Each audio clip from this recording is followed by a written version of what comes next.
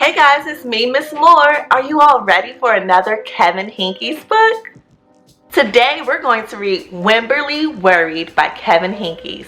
This book is all about a little girl who always worries. To worry means you're thinking about something a whole lot and it makes you feel uncomfortable and uneasy. It's not healthy to worry too much, and that's what Wemberly does. So let's see what happens. Wemberly Worried by Kevin Henkes.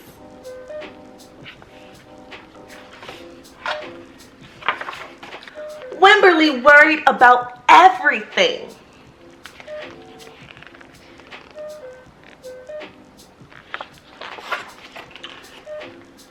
Big things. I wanted to make sure you were still here. Little things and things in between. Mama, what if I shrink? Wow.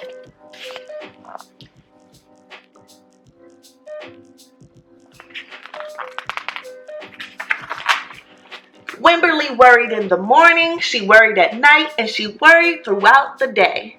You worry too much, said her mother.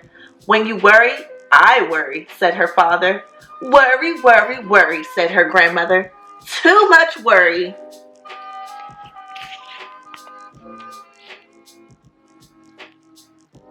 It doesn't look like Wemberly's family likes that she worries so much. Why do you think they don't like it?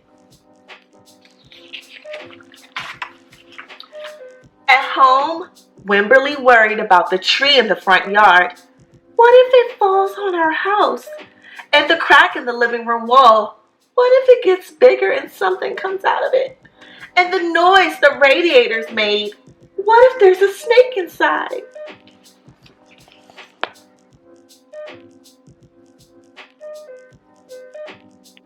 At the playground, Wemberly worried about the chains on the swings and the bolts on the slide and the bars on the jungle gym. Too rusty, too loose, too high. And always, she worried about her doll, Petal. Shouldn't Petal have a car seat too? I found her, sweetie. Petal's lost forever. I'll wait for you, Petal.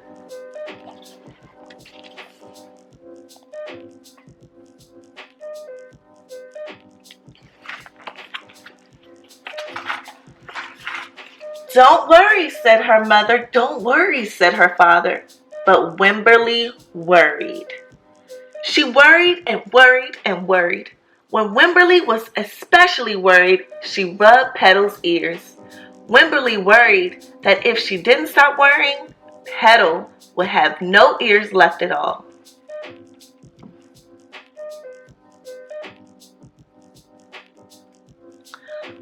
Rubbing Petal's ears is something Wemberly does to help her feel safe. What do you do when you're worried to feel safe and comfortable? On her birthday, Wemberly worried that no one would come to her party. See, said her mother, there's nothing to worry about. But then Wemberly worried that there wouldn't be enough cake.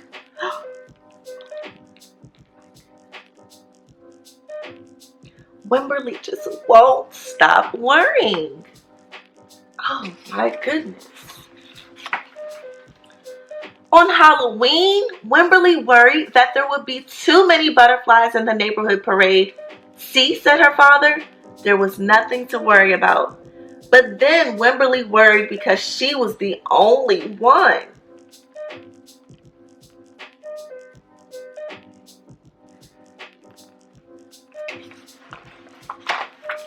You worry too much, said her mother.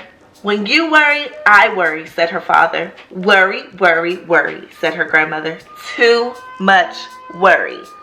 Soon, Wemberly had a new worry. School.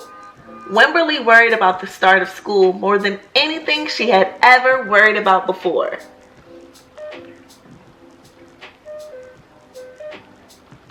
Why do you think Wemberly is so worried about starting school?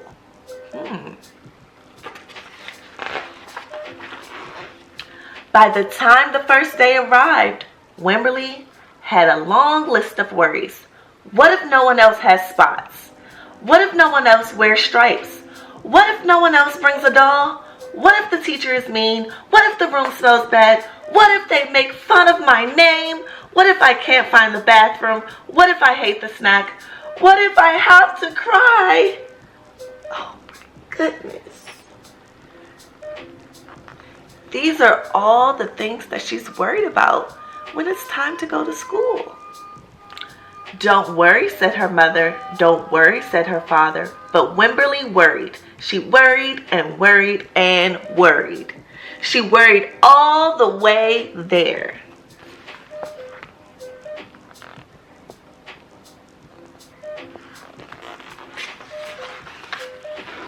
While Wemberly's parents talked to the teacher, Mrs. Peachum, Wemberly looked around the room.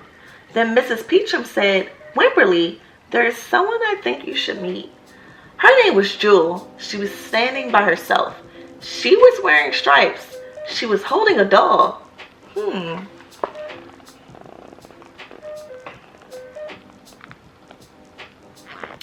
I wonder why her teacher, Mrs. Peachum, wants her to meet Jewel.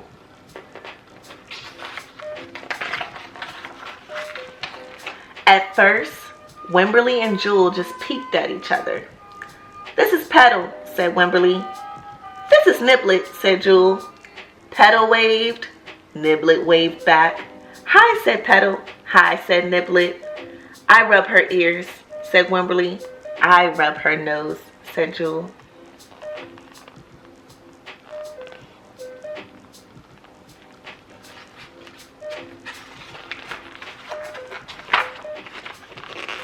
Throughout the morning, Wemberly and Jewel sat side by side and played together whenever they could. Petal and Niblet sat side by side too. Wemberly worried, but no more than usual, and sometimes even less. Before Wemberly knew it, it was time to go home.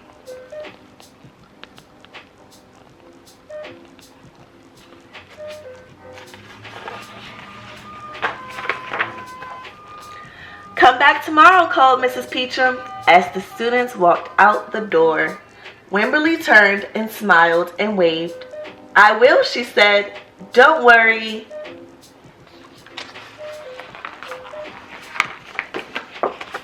The end. Wasn't that a great story? Isn't it awesome that Wemberly now has a friend? Do you think she'll still worry?